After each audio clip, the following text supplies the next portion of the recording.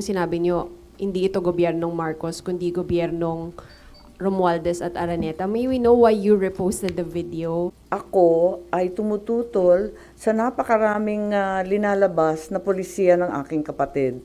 Kaya lang, hindi ito ang turo ng aking ama. Umugong yung posibilidad daw na magkaroon daw ulit ng coup. And being part of the minority, sinasabing si Senator Alan daw yung papalit. Di ba masisira yung image ng Senate as institution kung magpapalit-palit, ganun kadalas magpalit ng Senate leadership? Parang masaya. The President said that the Speaker will not be spared from the investigation of the ICI. Naniniwala ka ba dyan? Kahit pinsan ko, kahit kapatid ko, abangan na lang natin, hindi ko sure.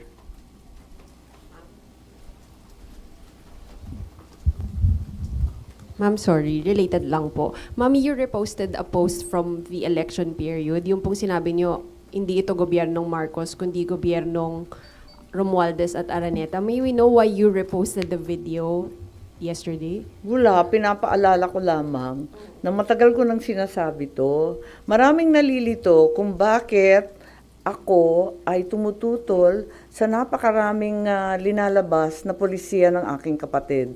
Tulad ng sinasabi ko, mahal ko ang aking kapatid. Hindi magmamaliw yan kailanman. Kaya lang, hindi ito ang turo ng aking ama. Kung buhay yung tatay ko, kaya ako pumunta sa puntod, sa libingan, talagang masasabon kami ng bonggam-bongga. Hindi talaga siya papayag ng ganito. Last na lang po. Ma'am, nakausap niyo na po ba yung kapatid niyo ever since nagsimula to yung mga flood control? Wala, hindi na kami nagkikita. Hindi ako kumbidado sa Ilocos. Noong September 11. Okay lang kasi gusto ko naman pumunta sa talagang festehado. Yung tatay ko naman na may birthday, di puntahan sa puntod. At saka kasama ko, masaya. Masaya kasi lahat ng matatanda, nandun yung one and only Prime Minister of the Republic of the Philippines, si Cesar Birata, sina Jimmy Laya, sina Jerry Sikat ng dating NEDA na makapangyarihan at malaki. Lahat yun. Tapos yung mga dati niyang general, sumaludo pa nga, nakakatuwa nga ang tatanda na nila. So, masaya naman kami. Enjoy nga At saka maraming kinain ng mga Ilocano food. Ma'am, over the weekend lang, umugong yung posibilidad daw na magkaroon daw ulit ng coup. And being part of the minority, sinasabing si Senator Alan daw yung papalit. May ganyan bang usapan? Ang narinig ko yung interview, di ba interview ni na Senator Soto yun at saka si Senator Ping, di naman ang galing sa amin Di ba? What about, ma'am? Hindi yung sinasabing fake news. What are you asking? Di ba yung sinasabi mong fake news na magkakaroon ng kudeta ng kudeta? Parang ganun. Pero nagkaroon po ba ng pag-uusap sa minorya na magpapalit po muli ng liderato? Hindi, walang pinag-uusapan na ganun. Ang pinag-uusapan lang namin is staying alive.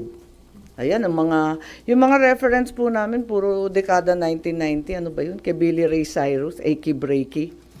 Di ba Miley na ngayon? Sorry Nag-react lang si Senator Ping, ma'am, doon sa lumabas sa isang Davao-based, ano ba yan? Ano? Oo, parang may isang TV, ano ba yun? Sino daw nagsabi? Hindi ko alam Lumabas, ma'am, doon sa isang naka-base sa Davao na Ano raw sinabi? Digital News Network. Ano Na daw? sinabing, yun nga, magkakaroon ng another changes sa Senate leadership. Counter-coup daw po. Ay, yung counter-coup. Nakakuha na daw na number. Kung merong ganon, yung unang coup na naging minority na nga kami, hindi ko alam. Ito, kung magkukuna ulit, hindi ko na naman alam. Ang babaeng clueless ang title ko.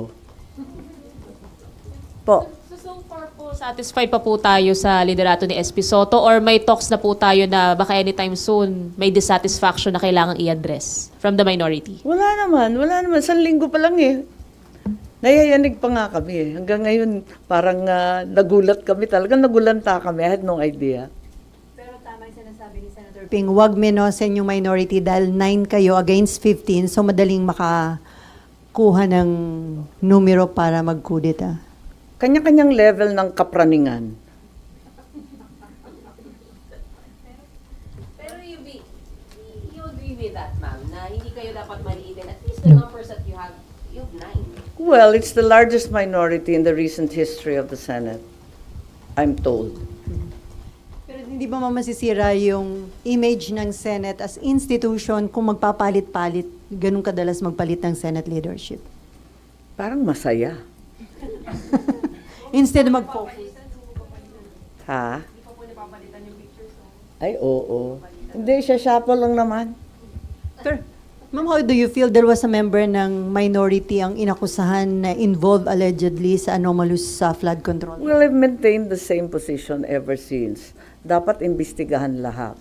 Kasama, kasangga, nabanggit ko nga si Secretary Remulla, matalik na kaibigan at matagal na kaalyado ng aking pamilya mula pa nung panahon ng mga ama namin.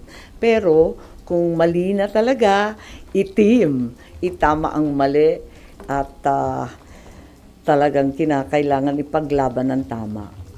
Inanyayahan ako ng majority at tulad ni Senator Marcoleta, bigla akong sinabihan na kung last week ako yung chairman ng Foreign Relations, this week iba na yata ang utos. Kapag hindi ako maging majority, hindi pwedeng maging chairman ng Foreign Relations.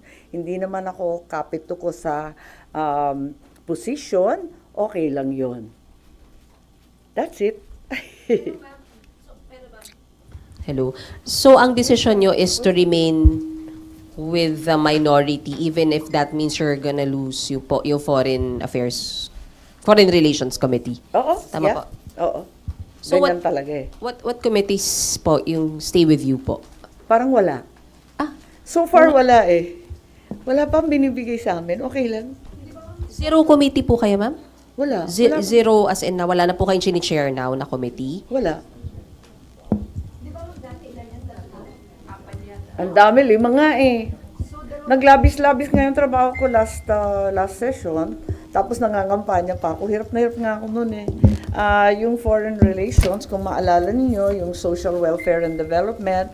Pagkatapos akin din yung co-ops, akin din yung housing, akin din yung electoral reform na medyo mahirap at technical. So 5 yon. Tapos vice chair pa ako ng finance.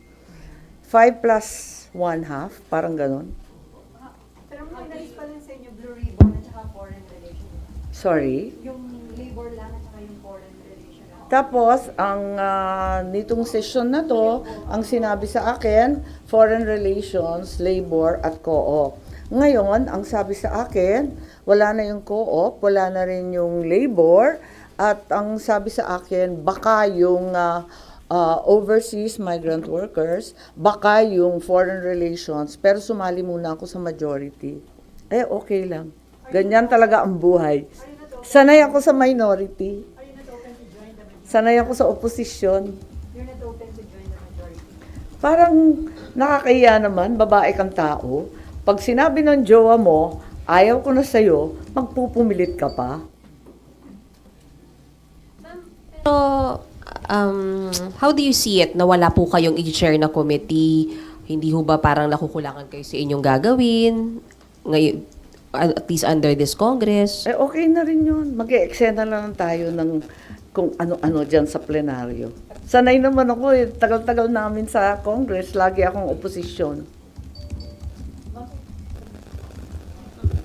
So anyway, sana mabigyan din ng konti itong issue sa ombudsman. Ito talaga ang huling hantungan ng hustisya para sa mga naglabag sa batas na ating mga government officials. Wala nang tatakbo ang iba kundi yung ombudsman.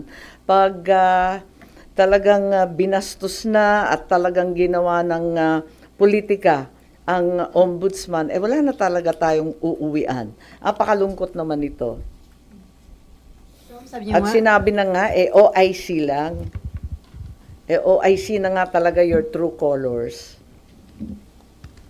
so ma'am, sabi niyo nga, parang hindi niyo tatantanan, mag-aasaran kayo hanggang katapusan. So sabi niyo, aakit kayo hanggang Korte Suprema just in case? Malamang. Kasi wala na akong tatakbuhan dahil kung yung ombudsman, talagang na-corrupt na rin, na flood control na rin, ay wala tayong pupuntahan kundi yung Supreme Court.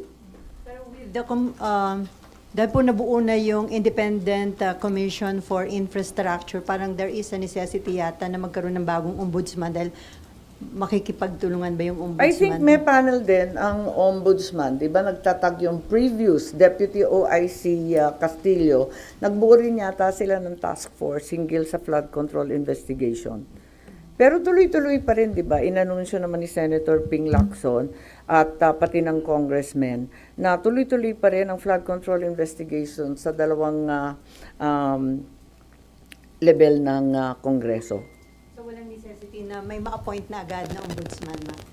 Well, parating maganda kung walang puwang. Pero kung pipilitin naman at pipilitin, sa totoo lang meron naman kasi may regular rules. Pero ang balita, yung Deputy OIC na babae, yung si Castillo, hindi daw cooperative.